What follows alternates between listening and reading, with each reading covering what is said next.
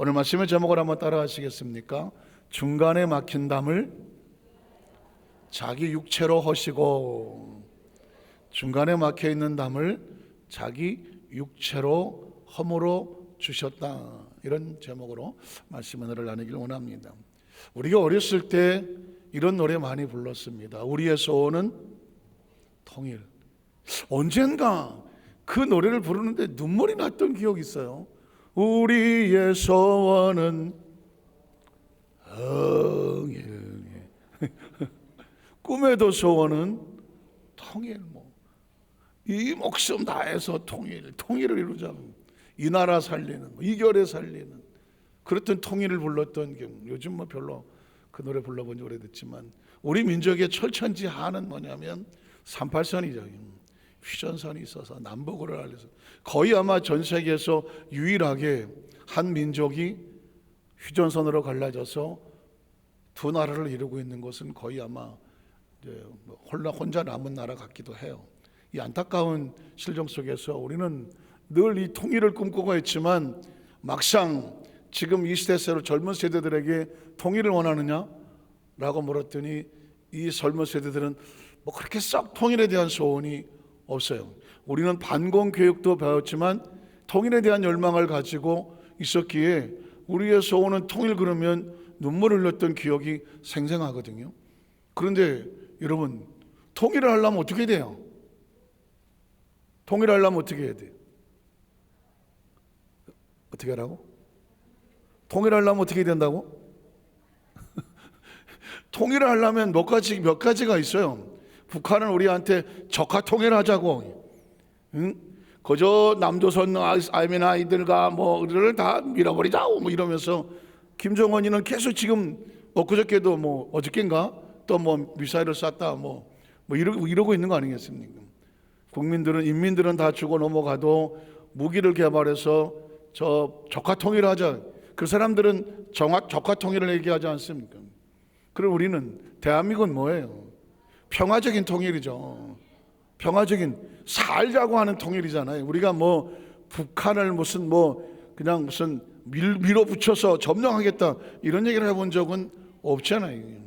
왜냐하면 통일을 해서 같이 살아야지. 그 통일을 해서 어느 한쪽은 다 죽여버리고 우리 민족만 살겠다 이건 통일이 아니잖아요. 그러면 지금 상황으로 봐서 북한이 밀고 내려와서 적화 통일할 것은 되지도 않는 이야기고, 또 우리가 우리 힘으로 어떻게 해서 저 통일을 어떻게 이뤄보려고 하지만 사실 대한민국이 무슨 막강한 무기를 가지고 점령하지 않는 한 이것도 역시 통일은 쉽지 않잖아요. 그럼 남은 건 뭐예요? 누군가 정말 대한민국과 북한의 어떤 마음이 어떤 상황 속에서 어떤 계기가 지금은 거의 불가능해 보이지만 어떤 극적인 계기가 있어서 이건 우리 같이 통일해야만 살겠다, 한 마음이 돼야 되겠다 이런 어떤 극적인 계기가 있어서 통일이 되지 않는 한 사실은 통일은 그냥 소원일 뿐이지 통일의 길은 영원해 보이거든요. 그래서 사실상 통일보다 더 중요한 건 뭐냐? 통일은 일단 제껴놓고 우리나라 대한민국의 이 당파 싸움만부터 먼저 해결을 해야 돼. 조선노당당, 공산당을 일단 제껴놓고 우리나라는 이 조선시대부터 이 당파 싸움이 무슨 노론 소론 무슨 어쩌고 해가면서 이 지역 감정이나 이런 게 이게 쪼개질 대로 쪼개져 있다가 이게 선거철만 되면 아주 그냥 너무 이 나라가 희망이 있나? 이 대한민국 지금 다음 주인가 하면 국회의원 선거를 해야 되는데 이건 나라가 지금 두 쪽 세 쪽 넣은 듯한 이걸 갖고는 안 되거든요. 우리나라가 지금 조선시대에서 지금 넘어온 지가 얼마예요? 지금 100년 200년은 되겠구만. 그런데 이 하나도 달라진 게 없어. 이 선거철만 되면은 그냥 당파 싸움이야. 이러니 이걸 언제까지 하느냐고요. 아주 어렸을 때 옛날 우리 어렸을 때 박정희 대통령 하고 그때 김대중 나올 때에 그때 무슨 선거철만 되면 고무신 주고 비누 주고 설탕가루 주고 그래서 표 찍어 달라. 그땐 뭔지도 몰랐어 나는. 근데도 가만히 보면 역시 당파 싸움이야. 또 지역 감정을 조정해서 하는 거예요. 제일 듣기 싫은 소리가 뭔지 아십니까? 정권을 심판해라. 여러분 잘 들어보세요. 정권을 심판을 하면 이게 언제 때부터 정권 심판이냐? 자유당 때부터 그랬어. 자유당 때부터 또 야당은 못 살겠다 갈아보자, 정권을 심판하자. 여당은 구간이 명간이다, 갈아봤자 소용없다. 혹시 들어보셨습니까?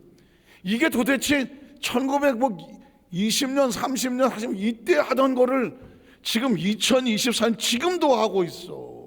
거의 지금 100년이 넘었는데 이거 하고 있다니까. 왜 그러냐면 이 정치적으로 하는 사람들은요, 국민들의 마음을 선동을 해서, 나 솔직히 우리가 정권을 잡고 싶다 뭐 이러면 모르겠어.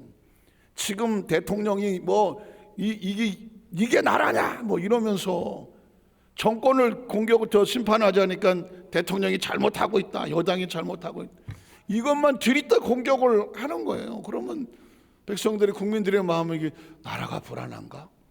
정권이 바뀌어야 되나? 뭐 이렇게 돼버리면, 그러면 사람들은 어떤 정책이나 어떤 소신이나 비전이나 이런 걸 가지고 뭐 사실 선거를 해야 되는데, 이거 무슨 정권을 심판, 난 제일 듣기 싫은 소리가 정권을 심판하자는 소리예요. 왜 그러냐면 정권이 바뀌었다고 치자고요. 그럼 또 2년 지나서 국회의원 선거해야 돼. 그러면 이제 바뀐 데서 이렇게 말할 거예요. 정권을 심판하자. 그럼 대한민국은 맨날 심판만 하다 끝나는 거야. 언제 좀 제대로 된 나라가, 대통령이 되고 나서 좀 나라가 이렇게 잘 살았습니다. 뭔가 이게 뭐가 업적이 있어야지. 정권만 바뀌면 심판하자 하니까 맨날 심판하다가 끝나고, 제일 듣기 싫은 소리도 탄핵하자. 올라가면 탄핵시킨. 이런 보십시오. 나라의 대통령은 누가 뽑은 거예요? 국민이 뽑은 거라고요. 대통령을 욕을 하면요, 그 측은 국민을 욕했다는 그 국민들의 마음에 분노가 있어야 돼. 개인이 아니잖아요. 정권도 마찬가지예요. 한번 일해보라고 맡긴 거잖아요. 그러면 일해보라고 하고, 못한 게 있으면 야당은 뭐라냐면 좀 이랬으면 좋겠어. 지금 정권도 지금 특정 정권을 말하는 게 아니라 지난 100년 동안 해온 것 때문에 얘기하는 거예요. 지금 정권도 2년 동안에 정말 어려운 가운데 이만큼 잘해놨다. 그런데 우리 야당이 볼 때는 이런 부분이 부족해 보인다. 그러면 우리가 만약에 우리에게 표를 주시면 잘해놓은 거에다가 더 얹어서 국민들의 삶을 더 잘해보겠습니다. 그러면 백성들 마음이, 국민 얼마나 편안하냐고. 자, 이 정권도 애를 썼습니다. 그러니까 애썼지. 그러나 우리에게는 이런 아이디어가 있습니다. 이런 새로운 정책이 있습니다. 국민 여러분이 판단해 주십시오. 그래서 그 정책이 마음에 드는데, 그러면 정책을 보고 이 당을 찍든 저 당을 찍든, 또 여당은 여당대로 이만큼 했는데 어려운 점이 있다, 부족하지만 남은 기간 또 열심히 해볼 테니까 국민 여러분 표를 주십시오. 뭐 이러면 정책을 보고 여기를 찍어도 저기를 찍어도 편안하잖아요. 편안하지. 그리고 투표를 하고 나서도 이 사람이 안 돼도 감사하고 저 사람만 감사하면서 뭔가 비전 있게 자꾸 나가야 되는데, 이거 이만큼 살아보니까, 대한민국에서 이만큼 살아보니까 맨날 아직도 자유당이야. 그냥 못 살겠다 갈아보자 맨날 이러고, 그래 갈아봤다 별일 없다 이러고 있고, 이걸 언제까지 해야 되냐고. 이건 뭐냐면 대한민국 국민을 IQ를 전응하러 보는 거예요. IQ를 전응하러 이렇게 몰고 선동하면 다 따라주고, 그냥 저쪽을 막 욕을 하면 이쪽에서 표주겠지. 이건 대한민국 국민을 막말로 개돼지로 보는 거지. 우리가 그런 생각과 의식이 없나요? 그래서 크리스찬은 어떻게 해야 되냐면, 그 정책과 비전을 가지고 정치는 대한민국의 미래를 향해 나가야 되잖아요. 이게 통일되지 않는데, 내부에서 통일되지 않냐고, 단합되지 않는데 무슨 북한하고 통일이 되겠냐고요. 그러나 물론 이건 있어요. 여러분 정치를 하실 때 우리가 절대로 용납할 수 없는 건 공산당이에요. 공산당은 절대로 용납할 수 없어요. 왜 용납할 수 없느냐? 공산당은 사람의 영혼을 인정하지를 않아요. 사람의 영혼을 인정하지 아니하고 물질로 봐요. 유물론이라고 보는 거거든요. 그러니까 사람의 영혼이 있고 존귀한 존재로 인권을 얘기하는 것은 기독교밖에 없거든요. 그러면 공산당은 기독교를 적으로 봐. 왜? 공산당의 이론이라든가 주사파라든가 주체사상을 이걸 결정적으로 방해하는 게 교회거든요. 기독교거든요. 6.25가 터지고 나서 제일 먼저 김일성이 내려서 한 것은 뭐냐면 교회를 무너뜨리고 이 신앙을 가진 사람들을 다 묶어내는 거예요. 그거 아셔야 돼요. 그래서 무슨 뭐 사회주의, 뭐 진보적 사회주의 좋은 얘기 같지만 여러분 보십시오.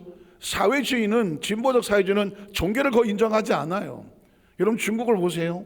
시진핑이 지금 뭐라고 있습니까? 중국의 삼자교회라고 하는 교회는 국가에서 인정한 교회예요. 그 전까지는 삼자교회 외에 자율적인 신앙인을 가진 사람이 많았습니다. 근데 시진핑이 더 거의 공산당을 독재화하기 시작하니까 이 삼자교회에 들어온 교회만 인정을 하기로 했어요. 뭣도 모르고 들어갔다가 꼼짝없이 국가에, 그래서 여러분 교회 안에 중국 오성기가 붙어 있고 시진핑의 초상화가 붙어 있고 그 교회가 아닌 거예요. 교회를 공산화하는 어떤 주체 사상을 가리키는 생각과 사고로 바꾸는 교육 장소가 됩니다. 진짜 크리스천들은 다 지하로 숨었어. 다 지하로 숨어서 우리는 예수 그리스도만 섬기지 시진핑을 섬기는 게 아니다. 교회 안에 왜 시진핑이 초상화를 갖다 놓고 무슨 중국 오성기를 걸어놓고 하겠느냐. 죽어도 좋다. 목숨을 걸고 지하교회에서요, 뭐 수억이 아니라 수십억의 그 중국에 있는 지하교회 성도들의 피에 절인 기도가 하나님을 향해 올라가고 있어요. 그래서 우리는 다른 정책들은 다를 수가 있을지 모르지만 뭐 공산당은 절대로 안 돼. 무슨 뭐 종북주의자 뭐 북한을 이거 안 돼. 기억하셔야 돼요. 제가 이 얘기 듣는 건 저는 정치는 무조건 전 중립이에요. 이쪽도 아니고 저쪽도 아니고 또 제가 가지고 어떤 생각을 가지고도 제 입을 가지고 난 뭐 이렇다라고 말하지 않아요. 왜냐하면 정치는 여러분 우리 교회 성도들도 각자 자기 당에서 자기가 원하는 당이 있고요. 원하는 또 정책이 있어요. 난 이 사람 얘기가 괜찮다. 난 저 사람 얘기 괜찮다. 각자 다 하는 거예요. 하기 때문에 그 선택은 전 존중을 합니다. 존중을 하지만 크리스천의 입장에서 정치보다 중요한 건 신앙이거든요. 신앙의 중심에서 벗어나면 절대로 안 되는 거예요. 제가 여의도교회 교사를 하면서 가슴을 쳤던 이유가 있어요. 신앙보다 정치가 왜 더 활개를 치고 힘이 있어야 되나. 투표 딸 때만 되면 와서 김 선생님은 누구 찍을까요? 그걸 왜 물어보세요? 그랬더니 그래도 누구를 찍어야지. 막 입에 거품을 물면서 찍어야 된다고 막 그래서 예 일체 말을 안 했어. 그런데 이 정치 선거철만 되면 이게 뭐 교회고 신앙이고 직분이고 없어. 그냥 누가 찍어야 돼. 안 찍으면 사탄이야. 안 찍으면 사탄이야. 이렇게 찍을 수도 있고 저렇게 찍을 수도 있지. 그렇게 하고 나서 시험 들어갖고 신앙 잃어버리면 뭐예요? 정치는 그냥 인간이 삶을 사는 사회 조직 속에서 어떤 정권을 위탁하고 국회의원이 됐던 뭐 대통령이 됐던 위임하고 나라 좀 잘 좀 되게 해달라고 국민들의 마음을 모아주는 거거든요. 그래서 그 선택을 해놓고 그들이 정말 국민의 공복으로서 책임감을 가지고 그 좋은 머리 가지고 그 좋은 능력들을 모아서 나라를 대한민국을 잘 끌어가도록 해 주십사. 국민들의 열망을 가지고 하는 게 그게 선거거든요.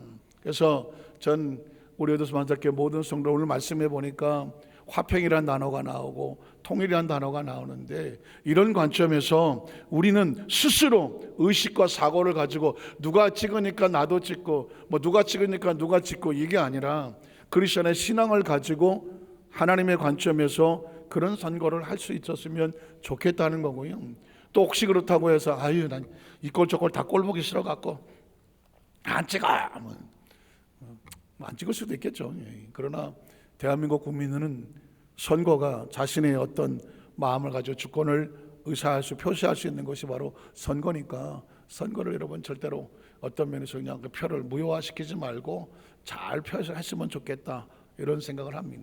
제가 이제 왜 갑자기 설교 중에 이런 얘기를 하냐면은 성경에 보면 하나님과 우리 사이를 화목하게 하고 통일되게 하고 해야 되는데, 그러려고 하면 뭐가 해야 되느냐? 가운데에 있는 담이 무너져야 된다는 거예요. 담이 무너진. 그래서 이 말씀을 묵상하다 보면 하나님, 남북이 하나가 되려니 휴전선이 무너져야 되는데 사상이 전혀 다르니까 하나가 될 수가 없어. 이건 공산주의하고 민주주의가 하나가 될 수가 없어. 그래서 제가, 그러면 우리 대한민국은 도대체 뭐가 갈라놓나? 뭐가 갈라놓냐? 정책도 없고 비전도 없고 그냥 뭐 학연, 지연, 어떤 정, 의리 이런 것들로 되면, 여러분 보시죠. 태어난 동네가 다 다른데 다 다른데 어떻게 학연으로 지연으로 하나가 되겠냐고. 그리고 뭐 학교가 다 다른데 어떻게 학연으로 하나가 되겠냐고. 가만히 생각하면 이 대한민국의 지역 감정이든 대한민국 남북한 통일이든 이건 마치 예수 그리스도께서 하나로 하나님과 우리 사이에 담을, 막힌 담을 허물어 주심으로 하나님과 우리가 하나가 되었느니라 라는 메시지처럼, 정치를 뛰어넘을 수 있는 건 신앙밖에 없어. 지연을 뛰어넘을 수 있는 것도 신앙밖에 없어. 학연을 뛰어넘을 수 있는 것도 신앙밖에 없어. 진짜 크리스찬이라고 하면 우리는 학연 때문에가 아니라, 지연 때문에가 아니라, 정당 때문에가 아니라, 진짜 크리스찬이라고 하면 기도 가운데 하나님의 마음에 감동을 주셔서 하나님이 우리를 주장하게 하면 우린 다 크리스찬이잖아요. 그래서 그 결과에 대해서 피차 승복해주고, 된 사람은 박수 쳐주고, 안 된 사람은 다음에 또 용기 내세요, 더 좋은 아이디어를 좀 정책을 가지고 오세요, 격려해주고, 이렇게 해서 선거에 후유증이 없어야 되잖아요. 후유증이 없어야 되잖아요. 그렇게 하고 서로 잘된 사람 격려해주고, 혹시 이번에 안 됐으면 격려에 다시 박수 쳐주고 해갖고 다시 힘을 낼 수 있도록 그렇게 만들어줘야 되는. 오늘 여러분 이 의식이 있어야 오늘 성경에서 말하는 하나님과 우리 사이에 있는 막힌 담을 그리스도께서는 어떻게 허물으시고 했느냐, 오늘 성경 본문의 내용이 나옵니다. 우리 첫 번째로 중간에 막힌 담을 자기 육체로 허물으셨다 이렇게 말합니다. 오늘 14절을 보겠습니다. 그는 우리의 무엇이다? 예수님이 땅에 오신 목적이 뭘까요? 화평케 하라고 오시는 거예요. 꼭 기억하셔야 돼요. 화평이라는 단어, 화평케 한다는 건 피스메이커거든요. 예수님이 땅에 오신 목적은 화평케 하려 하십니다. 예수 믿는 크리스찬은 그래서 어딜 가든지 우리는 내가 만나는 사람들을 어떻게 시켜야 돼? 화목하게 만들어요. 화평하게 만들어요. 그 사람만 오면 그냥 멀쩡하던 것도 갈라지고 편이 생기고 서로 싸우고 이간질하고 서운하고 섭섭하다. 그 안에 뭐가 없을까요? 예수가 없어서 그렇죠. 기억하셔야 돼요. 내가 크리스찬인가? 평생을 내 마음속 새기세요.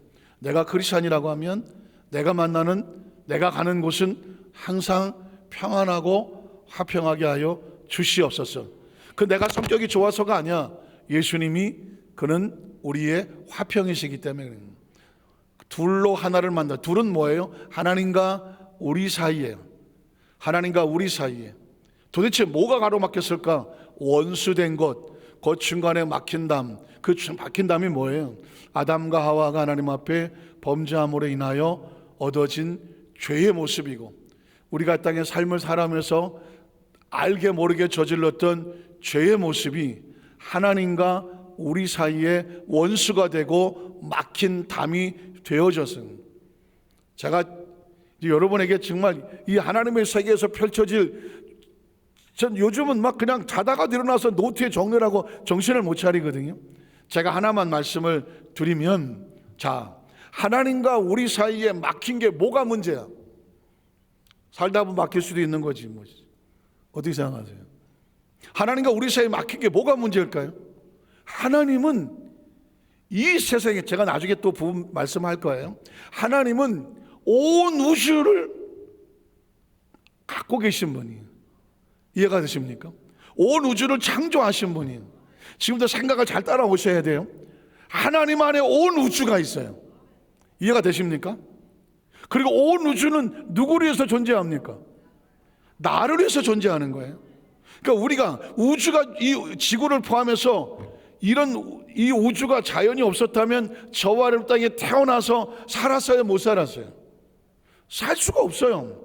우리가 살 수 있도록 하나님께서 우주 가운데 특별히 지구에 이 아름다운 대한민국에 태어나게 하신 거예요. 저와 여러분이 지금 존재하고 있는 건 절대로 우연이 아니에요. 우리가 존재하기 위해서 하나님이라는 거대한 창조주가 있으며 그의 머릿속에 우주가 있으며 그리고 완벽한 설계를 가지고 우주를 만드셨으며 그 우주 안에 지구라고 하는 아름다운 동산을 별을 우리에게 주셨으며 그리고 우리가 마음 놓고 태어났어. 그러니까 지금 태어나서 지금까지 살아오면서 내가 살 수 있었던 모든 것들이 공급이 어디 있어? 어디서 오는 거예요? 확실해요?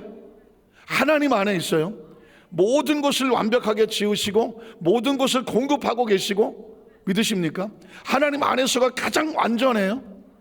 하나님과 단절이 되면 우주와 단절되는 것 같아요.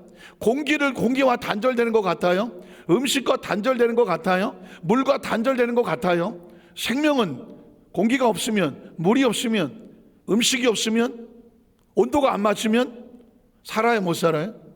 못 살아요. 이걸 맞춰주신 분이 누구예요? 확실해요? 하나님은, 지금 제가 하나님의 단면만 얘기한 거예요.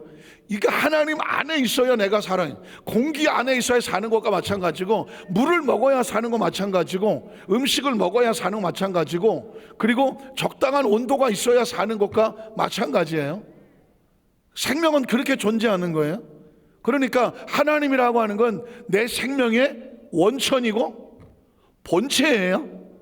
더 정확하게 말하면 우리는 어디에서 왔어요? 하나님 안에서 왔어요. 확실합니까? 난 아니다. 하나님에서 우리에게 생기를 불어 주심으로 생명이 됐어요. 우리는 어디서 왔느냐면 하나님 안에서 왔어요. 그렇다고 하면 하나님 안에 있었던 존재가 이 세상에 드러냈지만 우리가 이 세상을 떠날 때 우리는 어디로 간다고 믿어요? 하나님께로 간다고 믿어요. 어떤 사람은 환상 가운데 보니까 사람의 그 영혼이 빛이 돼서 큰 빛으로 가더라. 그 사람이 본 거기 때문에 제가 뭐라고 못하겠지만 원리는 맞아요. 우린 빛과 같아서 하나님이 우리를 각자 빛으로 이 세상을 비추게 했고요. 그 빛이 사명을 다하면 빛은 어디로 가요? 다시 빛의 본체인 하나님께로 가는 거예요. 그러면 과거에도 하나님 안에 있었고 하나님의 빛이 우리 가운데 연결돼서 이 땅의 빛으로 살아가고 이 세상의 사명이 끝나면 우리는 어디로 돌아간다? 하나님께로 돌아간다. 하나님과 우리는 둘이 다 하나다. 확실합니까? 확실합니까? 우리는 하나님과 하나예요. 기억하셔야 돼요. 하나님은 구만의 장천 머나먼 곳에 계시면서 주여 그러면 왜 나타나시는 분이 아니에요. 하나님은 원래 우리와 하나야. 그 하나님은 우리 하나이고 우리 안에 계시고 우리가 그 안에 계시고 믿으십니까? 그래서 예수님께서 너희가 내 안에 내가 너희 안에, 예수님께서 우리가 하나인 걸, 나는 포도나무고 너는 가지다. 나무와 가지는 하나의 둘이에요. 하나예요. 이해가 되십니까? 그러니까 우리는 존재적으로 나라고 하는 존재는 80억 인구 가운데서 그냥 초라하고 연약한 무능력한 그런 연약한 존재가 아니라 큰 나무 끝에 연약하게 달려있어. 그 가지도 그 나무의 가지야. 이해가 되세요? 우리가 아무리 존재적으로 개별적으로 떨어지는 것 같지만 우리 모두는 예수 그리스도라고 하는 그 나무에 붙어있는 가지야. 그래서 양분과 수분은 어디서부터 오느냐? 뿌리를 통해서, 몸통을 통해서 우리에게 공급되어서 살아있는 거예요. 믿으십니까? 그런데 만약에 도중에 어떤 것으로 인해서 이게 공급이 끊어졌어, 뭐가 막혔어, 그 수간과 물간에 뭐가 끼어들어서 막혔어, 그럼 어떻게 되겠어요? 그 나무는 말라서 비틀어져서 잎사귀가 떨어지듯이 떨어져 버리는 거 아닙니까? 죄는 뭐냐? 하나님과 우리 사이를 가로막는 담이에요. 하나님의 손이 짧은 것도 아니고 하나님의 귀가 어두운 것도 아니다. 너희가 부르짖는 그 소리가 손이 짧아서 못 도와주는 것도 아니고 하나님의 귀가 어두워서 못 들어주는 게 아니다. 너희와 나 사이에 뭐가 가로막혀 있다? 죄의 담이 가로막혀 있다는 것입니다. 그런데 이 죄의 문제는 인간이 스스로 해결할 수가 없는 문제인 거예요.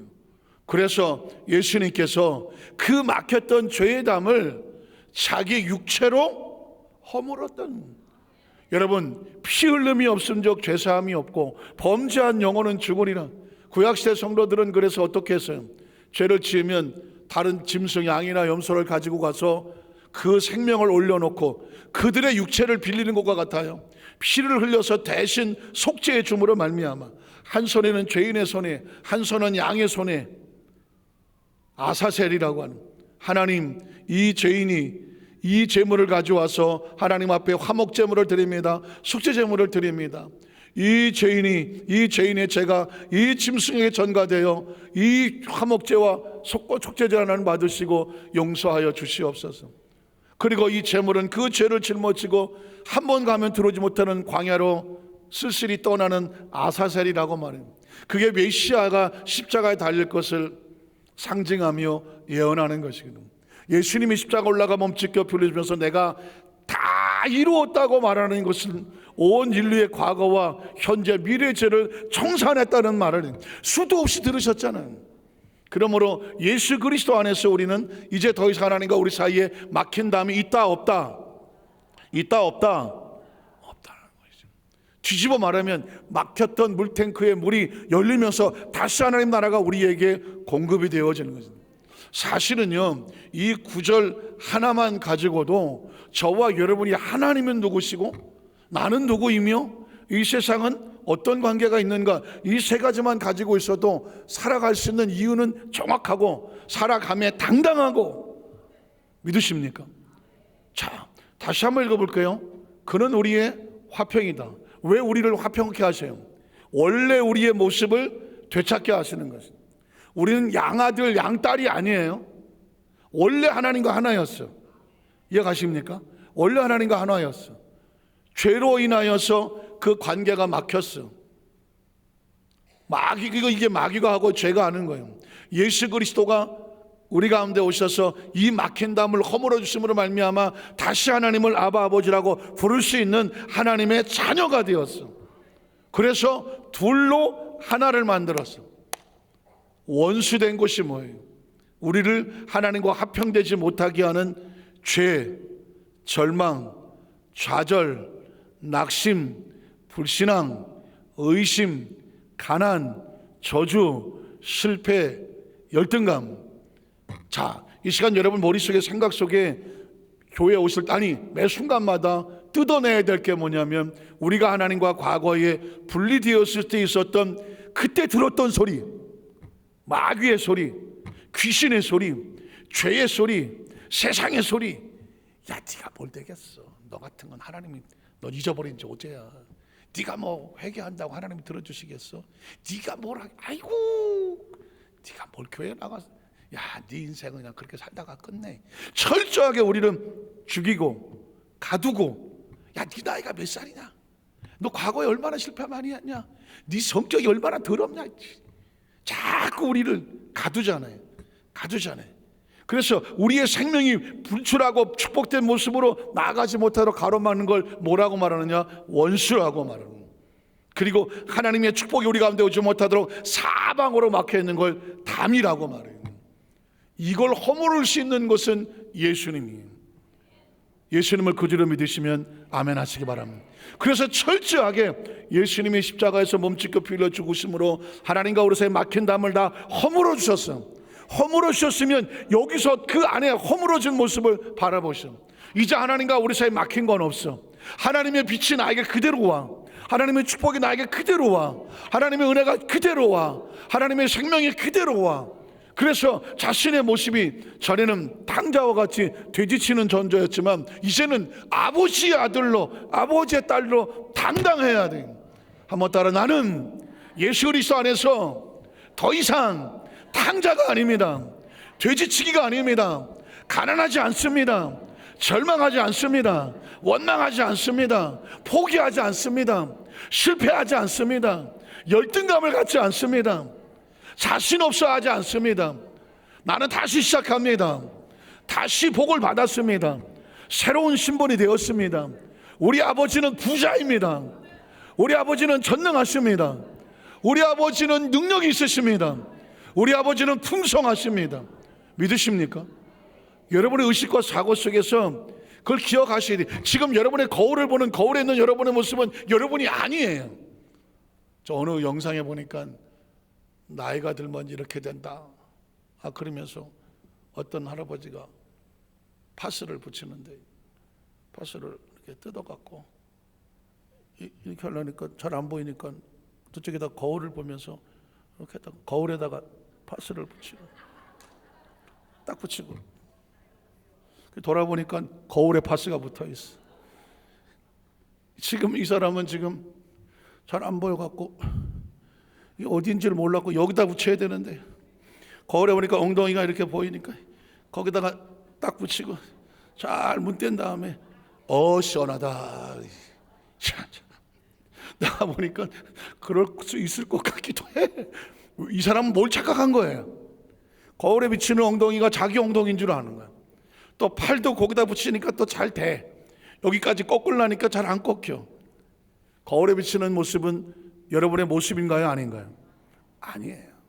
거울에 비치고 있는 건 지금 그냥 내 모습이 저게 보인다고 사실은 어떤 그 그림자 같은 상에 불과한 거예요. 만져봐요. 그냥 뺀뺀하지.